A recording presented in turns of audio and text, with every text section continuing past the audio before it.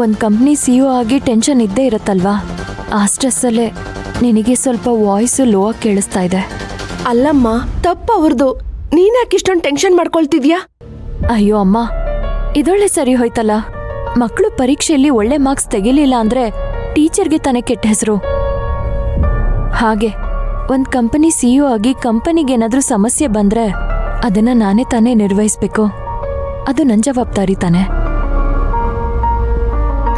ಇದೆಲ್ಲ ಯಾಕಪ್ಪ, ನನಗೆ ಸ್ಟ್ರೆಸ್ ಆಗತ್ತೆ ಅಂತ ಬಿಟ್ಟು ನಿನ್ ಮಗಳು ಸೋಲ್ಬೇಕಾ ಹೇಳು?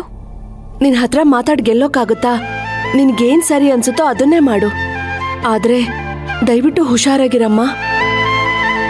ಬಿಡುವಿದ್ದಾಗ ಫೋನ್ ಮಾಡು. ಸಾಧ್ಯ ಆದ್ರೆ ಮನೆ ಹತ್ರ ಬಂದು ಹೋಗು.